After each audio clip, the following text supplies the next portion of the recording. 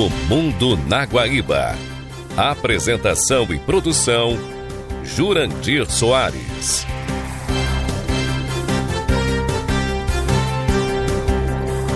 Bom dia! Estamos iniciando a apresentação do programa O Mundo na Guaíba, deste fim de semana, 18 de abril de 2026. Este programa tem o apoio de Cindy Lojas Porto Alegre, Padaria e Confeitaria Roma e Instituto Unimed RS. Mais cuidado com a equipe, mais eficiência para o negócio. Planos de saúde com descontos exclusivos para fortalecer sua equipe. Associe-se cindylojaspoa.com.br. A Padaria e Confeitaria Roma, que tem o melhor café, o melhor lanche e a melhor refeição da Rua da Praia, avisa seus clientes e amigos que fechou para a reforma.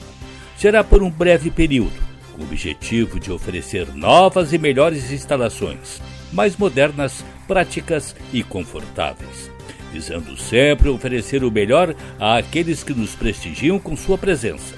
Em breve estaremos de volta com um novo layout. Padaria e Confeitaria Roma. Há 18 anos, o Instituto Unimed RS transforma realidades, promovendo projetos sociais em todo o estado. Saúde, educação, cultura e sustentabilidade são os pilares deste trabalho. E você também pode fazer parte dessa mudança. Destine uma parte do seu imposto de renda e ajude a continuar esta missão. institutounimed.org.br. No programa de hoje, vamos falar sobre a reintegração da Hungria à Europa. A NASA, que começa logo a construir uma base na Lua. Como a China expande seu domínio pelo mundo. Trump e Putin, os senhores da guerra. E o comportamento de Trump levanta suspeitas sobre sua saúde mental.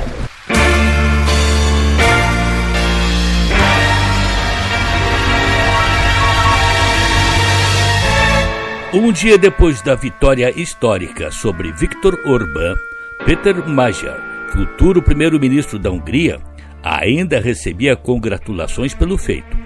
Começava a ouvir também alguns recados, como o do porta-voz do governo alemão em Berlim, indicando que o empréstimo europeu de 90 bilhões de euros para a Ucrânia, travado pelo populista que ele derrotou, precisa ter solução rápida. Dos tantos nós que precisa desatar após 16 anos de democracia liberal, entre aspas, de Orbán, as negociações com a União Europeia são delicadas e, ao mesmo tempo, cruciais para um começo de governo que a maioria dos analistas classifica como difícil.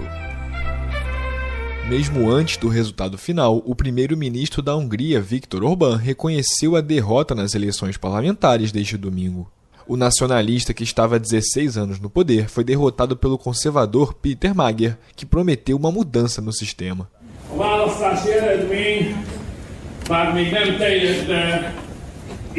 Os resultados da eleição, apesar de ainda não serem finais, são claros e compreensíveis. Para nós, são dolorosos, mas inequívocos. Não fomos confiados com a responsabilidade e oportunidade de governar. Parabenizo o partido vencedor.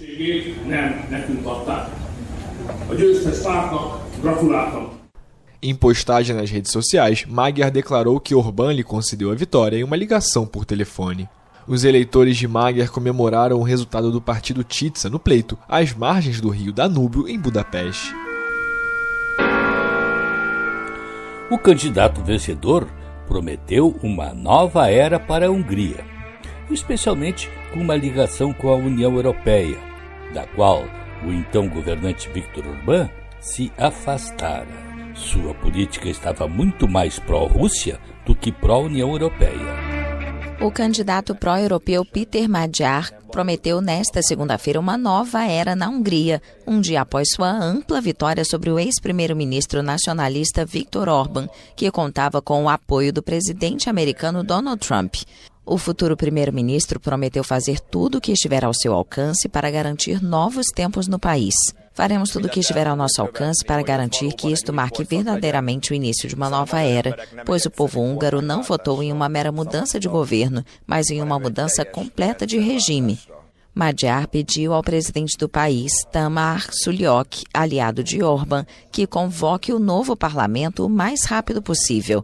Segundo a contagem oficial dos votos, com 98,94% das urnas apuradas, o partido de Magyar, o TISA, conquistou 138 cadeiras de um total de 199 no parlamento, com 53,07% dos votos.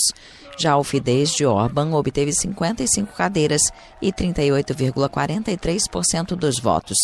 A taxa de participação foi recorde, 79,5%. Orbán reconheceu a derrota, mencionou resultados dolorosos, mas inequívocos, e parabenizou o partido vencedor. O fracasso do então primeiro-ministro também representa um golpe para os movimentos nacionalistas e de extrema-direita em todo o mundo. A Rússia afirmou nesta segunda-feira que espera manter suas relações altamente pragmáticas com Péter Magyar, o opositor do primeiro-ministro Viktor Orbán, que venceu as eleições parlamentares na Hungria. Aliado de Moscou, Orbán perdeu o pleito no domingo, dia 12, e deixará o cargo após 16 anos no poder. A Hungria fez sua escolha, e nós respeitamos essa escolha, disse o porta-voz do Kremlin, Dmitry Peskov, a jornalistas. Esperamos continuar nosso relacionamento altamente pragmático com a nova liderança da Hungria. Notamos a declaração de Magyar sobre sua disposição para dialogar. Naturalmente, isso será benéfico tanto para Moscou quanto para Budapeste. Sob Orbán, a Hungria adotou uma postura crítica à União Europeia e favorável à Rússia. As medidas antidemocráticas de Orbán causam dor de cabeça ao bloco há anos, mas a crise se intensificou após a invasão da Ucrânia pela Rússia. Em seu primeiro discurso, após derrotar Orbán, Magyar prometeu que Budapeste será, a partir de agora, um parceiro próximo das instituições ocidentais.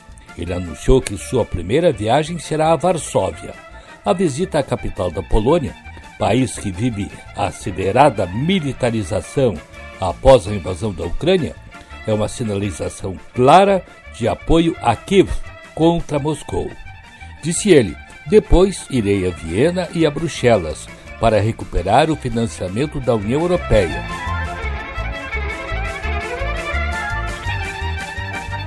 Graças à autocracia crescente da Hungria e casos de corrupção do governo Orbán, o bloco europeu deixou de repassar 19 bilhões de euros à Hungria nos últimos anos.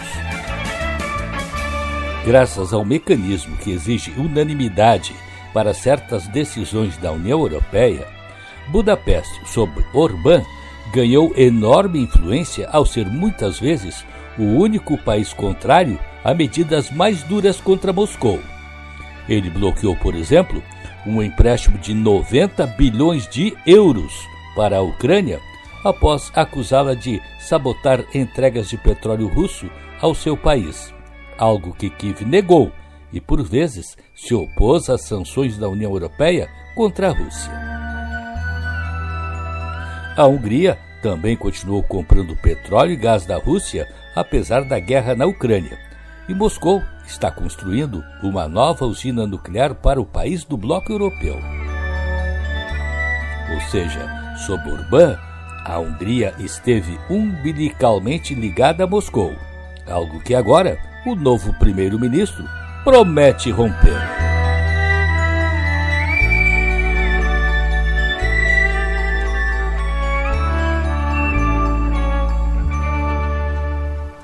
A seguir,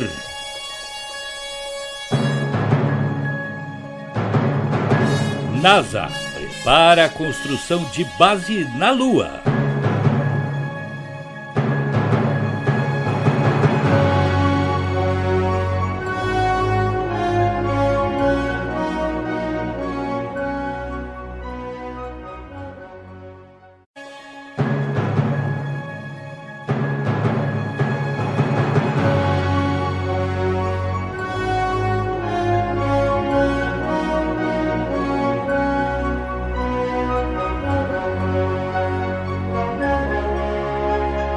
O mundo acompanhou atento nos últimos dias a retomada da corrida espacial.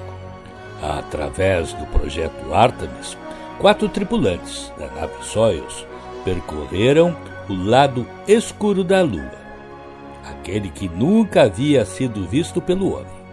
O sucesso da missão impulsionou novos projetos da NASA.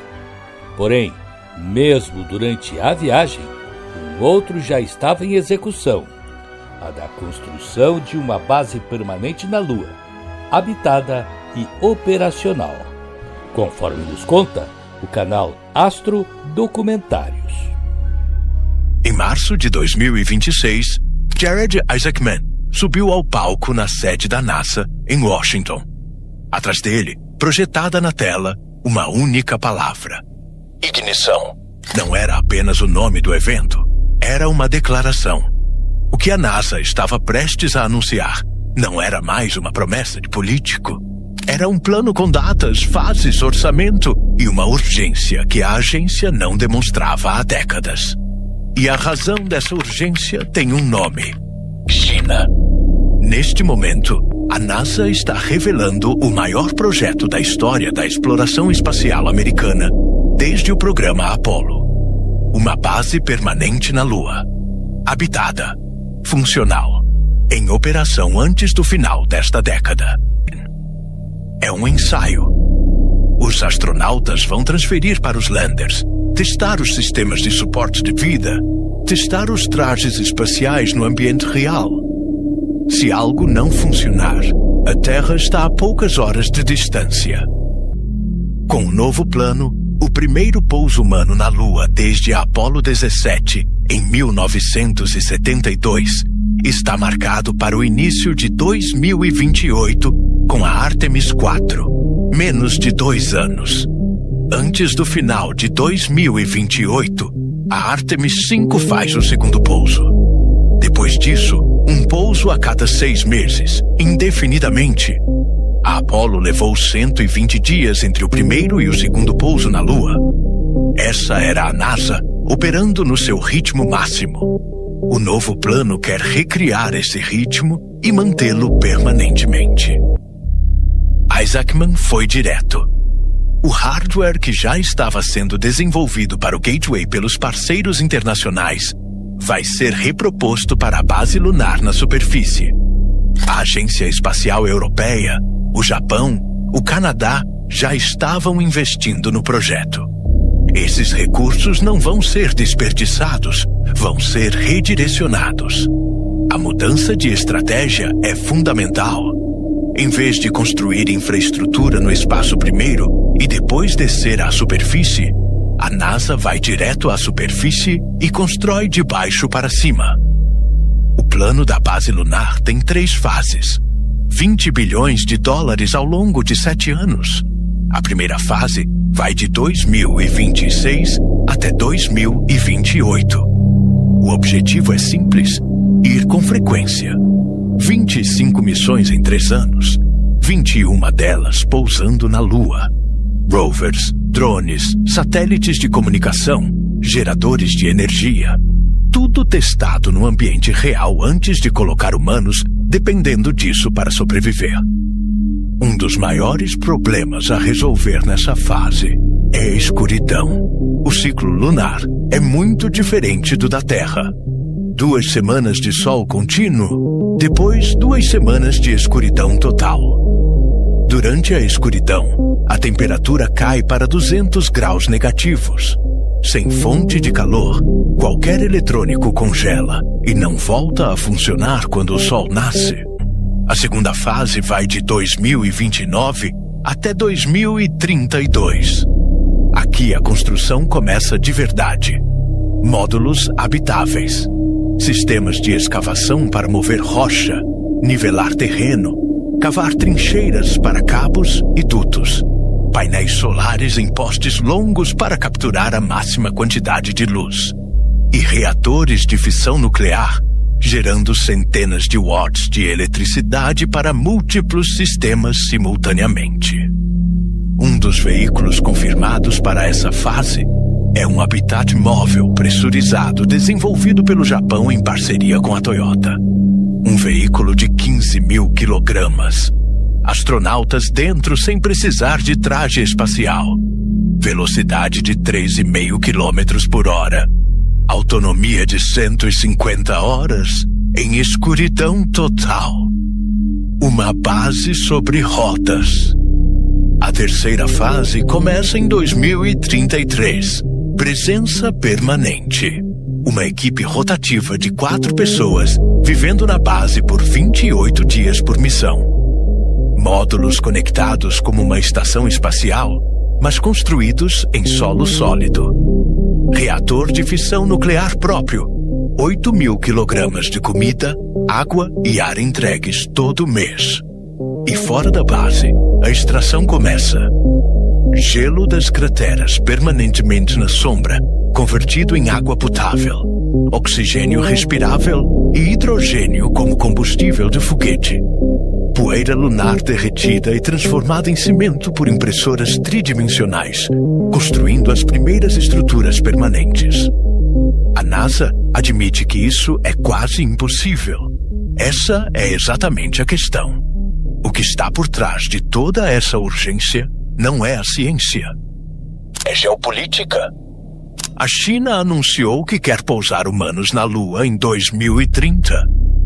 A missão Chang'e 7, prevista para 2026, vai buscar evidências de gelo de água no Polo Sul lunar.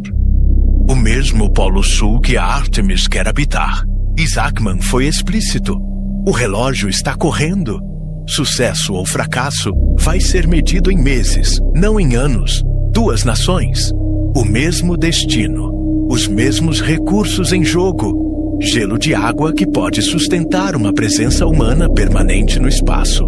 Quem chegar primeiro e estabelecer infraestrutura vai definir como esse território é usado, por quem e sob quais regras. Não existe tratado internacional que regule isso com clareza suficiente para o que está vindo. A Apollo plantou uma bandeira. A Artemis quer construir uma cidade. E os planos para o que vem depois já estão em movimento. Se observa, depois de um interregno de mais de 50 anos, a NASA retoma com vigor o seu projeto especial com destino à Lua, onde estará sendo construída a base espacial, que servirá de suporte para a viagem a Marte.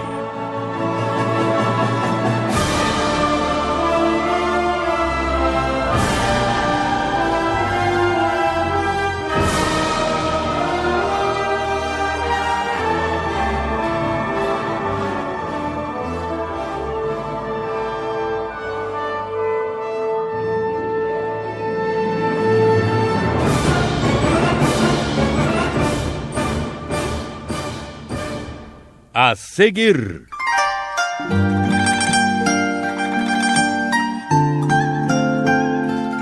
como a China expande sua dominação pelo mundo.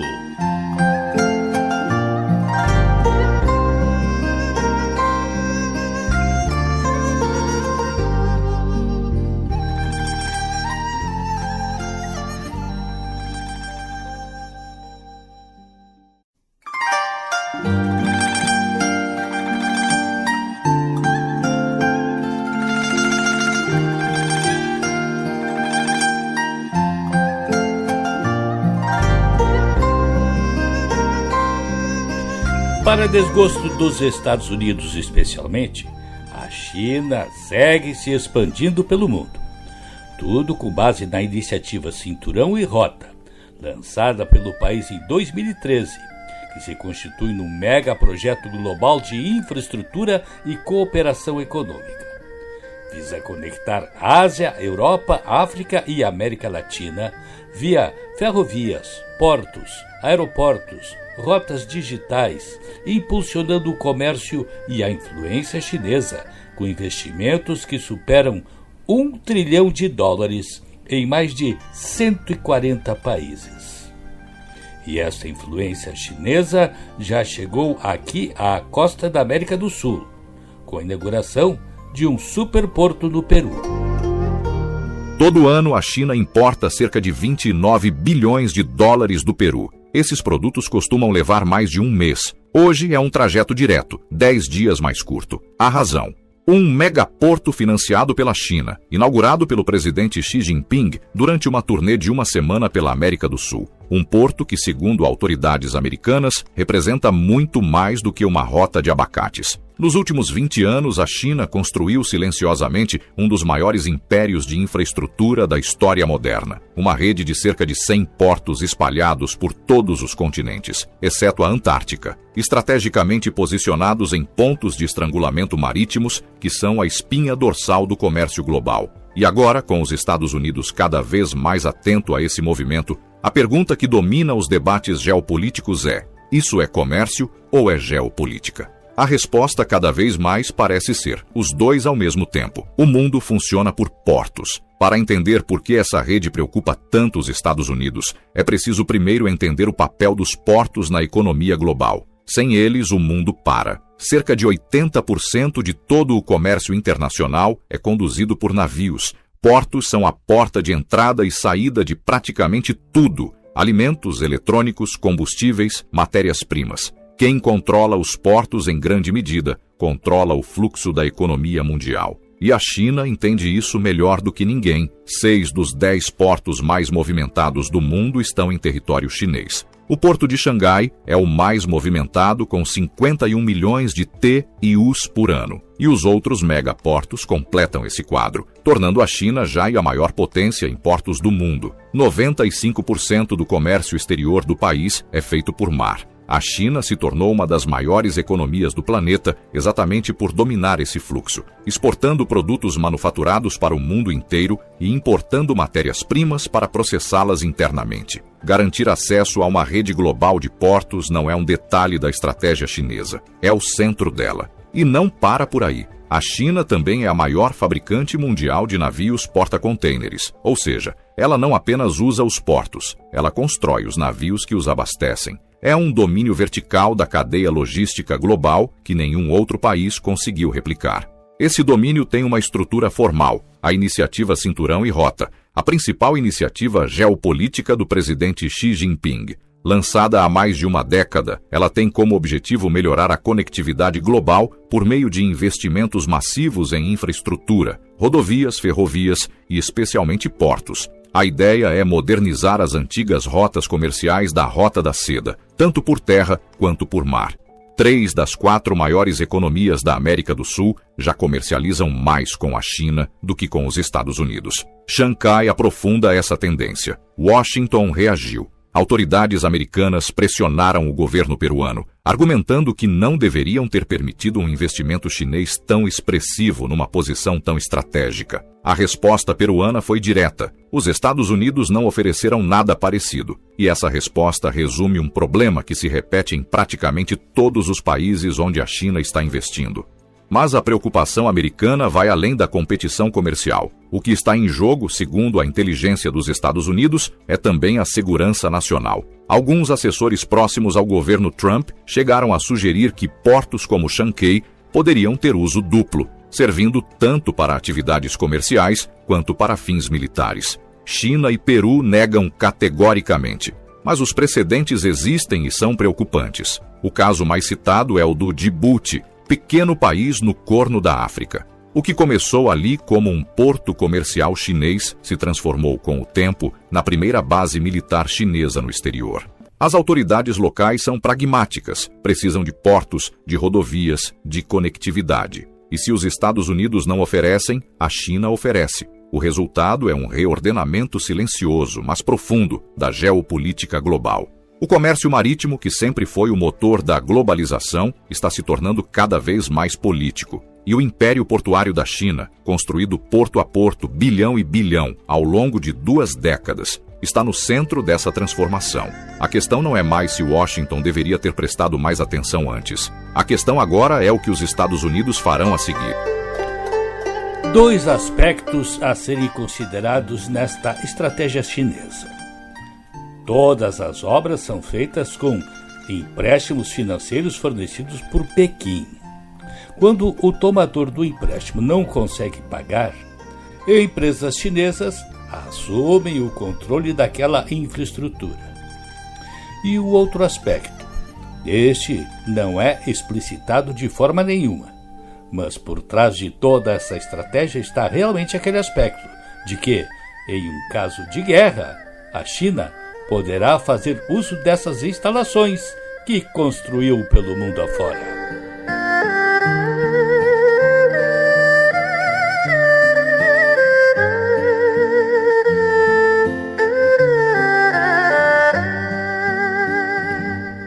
A seguir,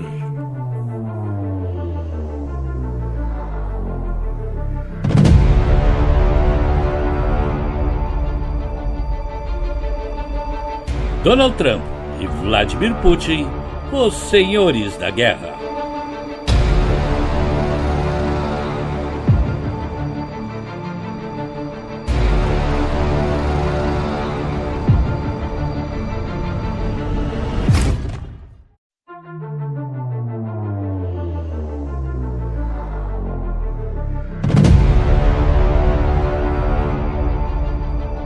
O mundo volta a viver sob a lógica dos senhores da guerra.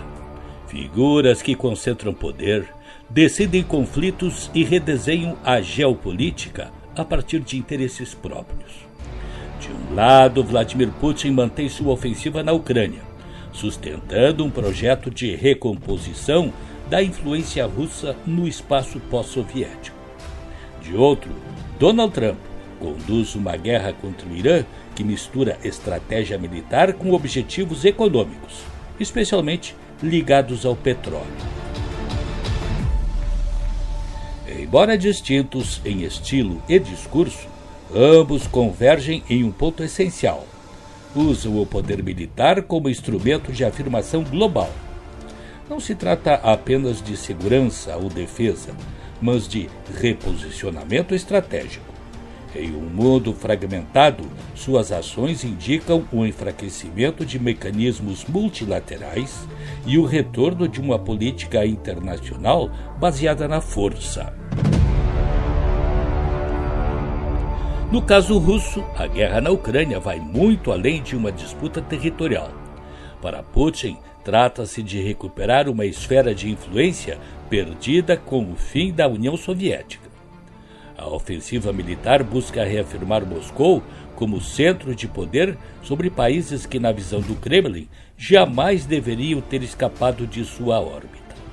Esse projeto tem forte carga histórica e simbólica. Ao insistir na guerra, mesmo diante de sanções e isolamento, Putin sinaliza que está disposto a pagar o preço para reerguer uma espécie de império moderno. A Ucrânia tornou-se assim não apenas um campo de batalha, mas o símbolo de uma disputa maior sobre o futuro da ordem internacional.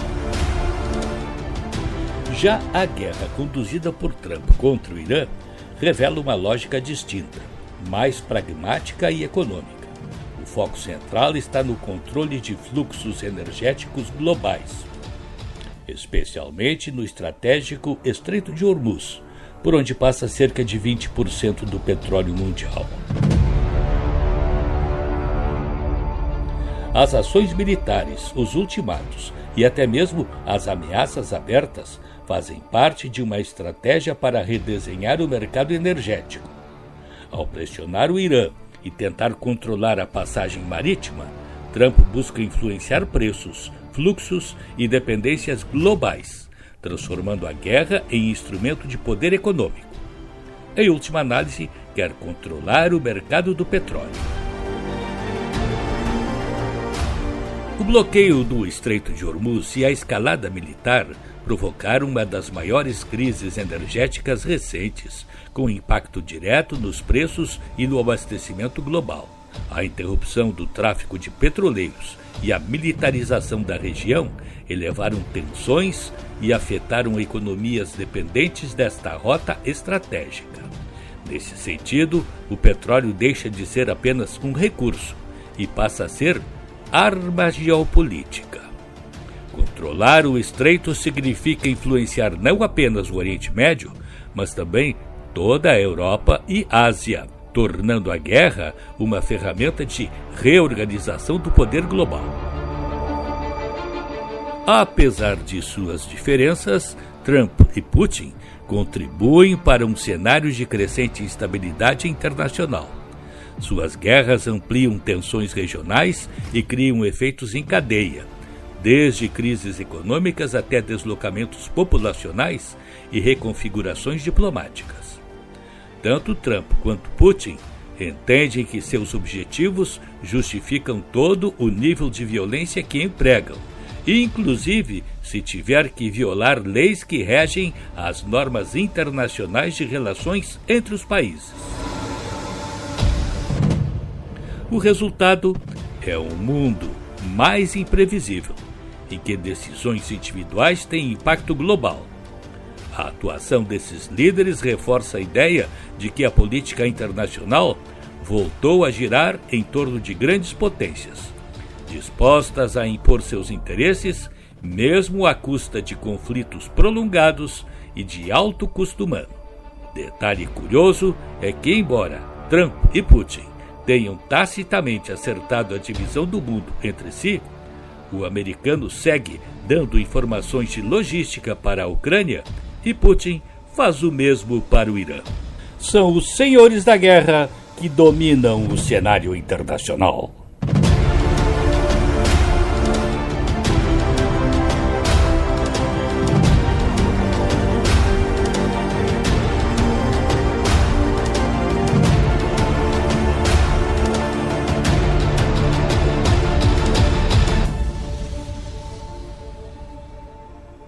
A seguir,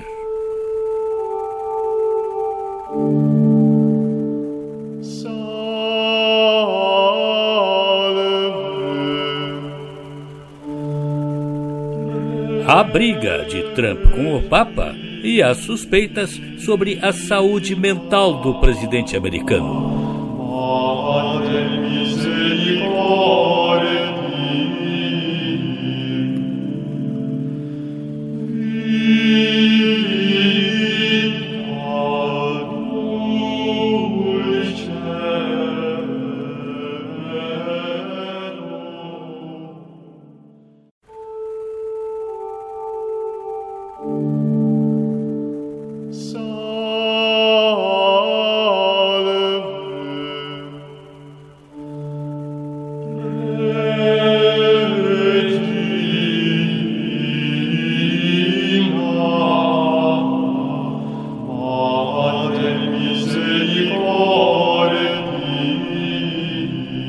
Em meio à guerra com o Irã, o presidente Donald Trump comprou uma briga política com seu conterrâneo, o Papa Leão XIV, o qual o criticou pelo fato de ter dito que iria exterminar a civilização iraniana. Em função disso, Trump fez críticas veementes ao Papa. E em meio ao bate-boca público, Leão XIV divulgou nesta terça-feira uma carta em que alerta para o risco de as democracias se transformarem em uma tirania da maioria, ou em uma máscara para o domínio de elites econômicas.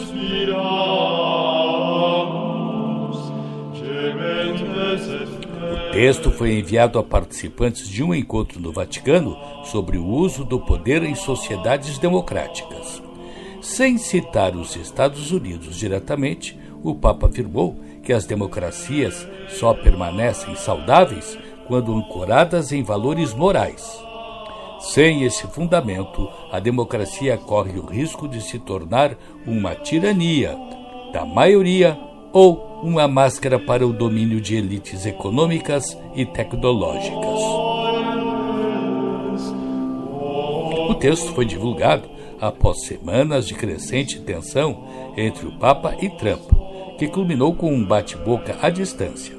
Após ser chamado na noite de domingo de terrível e fraco pelo presidente dos Estados Unidos, o pontífice respondeu na segunda-feira, dizendo: "Não tenho medo da administração Trump. Vou continuar a falar em voz alta da mensagem do Evangelho." A declaração de Leão XIV foi dada a jornalistas durante o voo de Roma para Argel, a capital da Argélia, primeira etapa de uma viagem de 10 dias pelo continente africano. E foi o mais explícito confronto entre os dois desde que Robert Provest foi eleito Papa em maio do ano passado, o primeiro americano da história a liderar a Igreja Católica.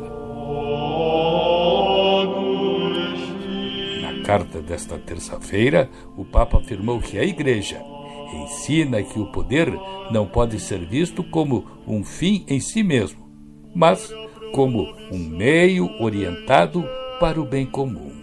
Isto implica que a legitimidade da autoridade não depende do acúmulo de força econômica ou tecnológica, mas da sabedoria e da virtude com que é exercida, ressaltou Leão XIV. E minutos após criticar o Papa Leão XIV, o presidente Donald Trump publicou uma imagem nas redes sociais em que ele aparece retratado como uma figura semelhante a Jesus Cristo.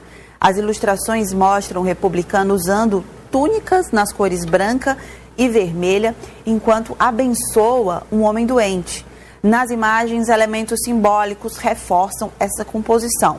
Soldados surgem como figuras angelicais no céu, acompanhadas por águias e aviões militares. Também aparece uma criança em oração, uma enfermeira, a bandeira dos Estados Unidos e a Estátua da Liberdade. Aí os elementos dessa imagem que foi divulgada pelo presidente ali aparecendo como um salvador, de fato, ali um Messias, né? Alguém que vem ali para salvar a humanidade, tem esse tom, né? Muito divino, essa imagem utilizada pelo presidente justamente no momento em que ele faz críticas ali ao principal representante da Igreja Católica. Convenhamos que essa imagem que Trump publicou na sua rede social é totalmente fora de contexto. Demonstra que ele está faltando discernimento para saber o que publica. E o que é pior, demonstra que não há uma assessoria para mostrar-lhe o absurdo da publicação. O fato é que o comportamento errático do presidente e seus comentários extremistas nos últimos dias e semanas intensificaram o debate sobre se ele é louco como uma raposa que o acompanha no cenário político americano há uma década, ou se é simplesmente louco. Uma série de declarações desconexas, difíceis de acompanhar e por vezes obscenas, coroadas por uma ameaça de que uma civilização inteira iria morrer em uma noite, sobre varrer o Irã do mapa, feita na semana passada, além de seu ataque desconcertante ao Papa, que ele descreveu como fraco, deixaram muitos com a impressão de um autocrata desequilibrado e enlouquecido pelo poder. A Casa Branca rejeitou tais avaliações, afirmando que Trump está lúcido e mantendo seus oponentes em alerta. Mas as explosões do presidente levantaram questionamentos sobre a liderança americana em tempos de guerra.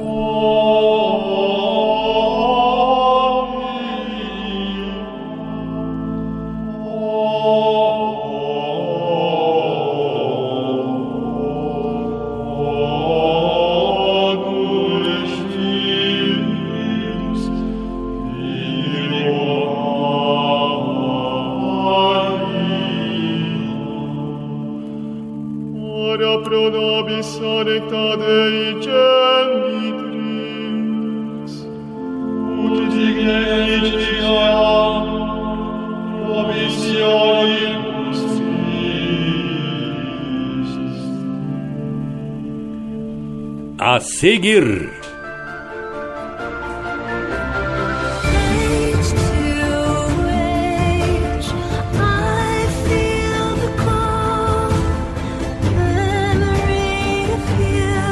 o lucro das petroleiras e da indústria bélica com a guerra.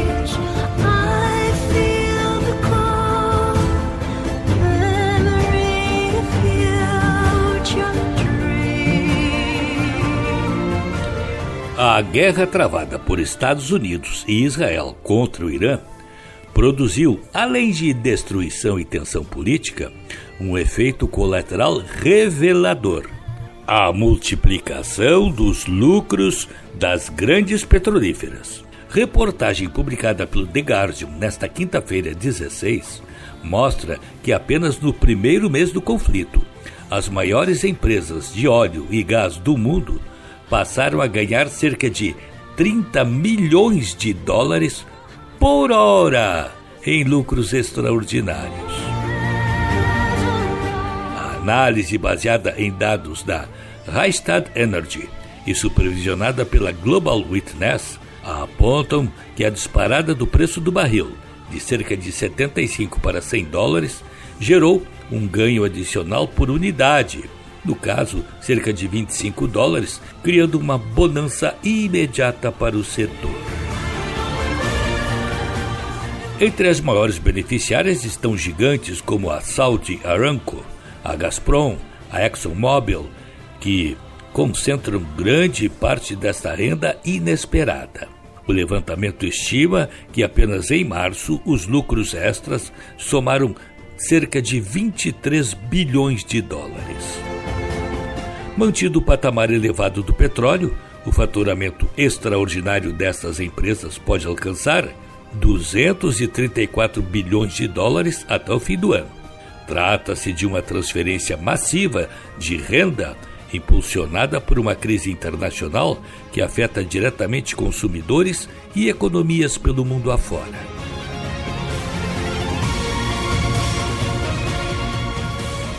O conflito provocou um choque imediato no mercado energético global. A elevação do preço do barril reflete tanto o risco geopolítico quanto a ameaça a rotas estratégicas como o Estreito de Hormuz, por onde passa parcela significativa do petróleo mundial. Mesmo com o eventual fim das hostilidades, analistas consultados pela publicação britânica indicam que os preços não devem retornar rapidamente aos níveis anteriores. A recomposição da oferta e a estabilização logística podem levar meses, possivelmente até o fim do ano, prolongando os ganhos das petroleiras e o impacto sobre os consumidores. A leitura desses números alimenta interpretações políticas sobre as motivações do conflito. Fatos apontam que a guerra teria servido, ainda que indiretamente, aos interesses das grandes corporações energéticas, principais beneficiárias da escalada do preço. Neste contexto, a atuação de Donald Trump é colocada sob escrutínio, com seu evidente alinhamento com os setores do petróleo. A relação entre decisões militares e interesses econômicos volta ao centro do debate internacional. Não se pode esquecer do que resultou a ação de Trump na Venezuela, para depor e prender Nicolás Maduro. O norte-americano passou a controlar as vendas do petróleo venezuelano. Paralelamente, a indústria bélica também registra ganhos expressivos. Países do Golfo Pérsico já encomendaram cerca de 16 bilhões de dólares em armamentos norte-americanos, ampliando a dinâmica econômica da guerra. O próprio Pentágono informou gastos de mais de 11 bilhões de dólares apenas no primeiro mês do conflito, evidenciando o peso financeiro da operação e o estímulo indireto ao complexo industrial militar dos Estados Unidos. Outro elemento central é o apoio dos Estados Unidos a Israel, liderado por Benjamin Netanyahu. A justificativa estratégica gira em torno da contenção do Irã, visto como ameaça direta à segurança israelense. Para os Estados Unidos, contudo, a relação é mais indireta, o que reforça a percepção de que interesses econômicos e alianças geopolíticas se entrelaçam na condução do conflito. Trump uniu apoio ao seu amigo Benjamin Netanyahu numa empreitada que há muito ele queria realizar, mas precisava do apoio norte-americano. O Irã se constitui numa ameaça real para Israel, pois prega o extermínio do Estado judeu, mas não representa ameaça aos Estados Unidos. Assim, ao atacá-lo, Trump uniu vários interesses. No fim, o quadro revelado pelo The Guardian expõe uma realidade recorrente. Crises internacionais tendem a gerar ganhos extraordinários. Isso para setores específicos, enquanto a população global arca com os custos. Com energia mais cara, inflação pressionada e recursos públicos comprometidos, a guerra evidencia como conflitos modernos não se limitam ao campo militar. Eles também redesenham fluxos de riqueza em escala global, muitas vezes a favor dos mesmos atores de sempre. E neste aspecto, o que se vê é o importante papel que o presidente norte-americano Donald Trump está realizando a favor dessas corporações.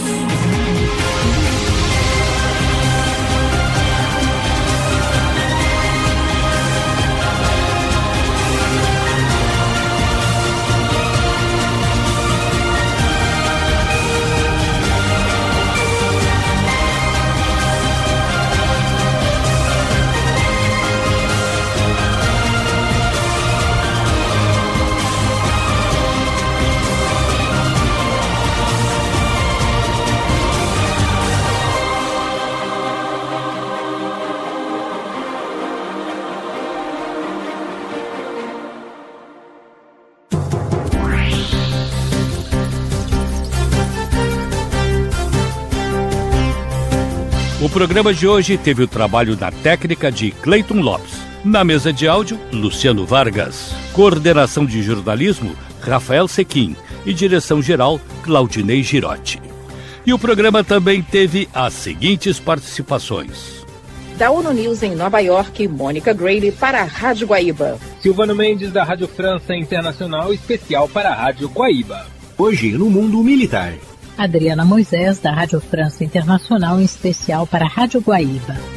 O Mundo na Guaíba fica disponível no blog jurandirsoares.com.br e no Spotify. Este programa tem o apoio de Cindy Lojas Porto Alegre, Padaria e Confeitaria Roma e Instituto Unimed RS. Mais cuidado com a equipe, mais eficiência para o negócio. Planos de saúde com descontos exclusivos para fortalecer sua equipe.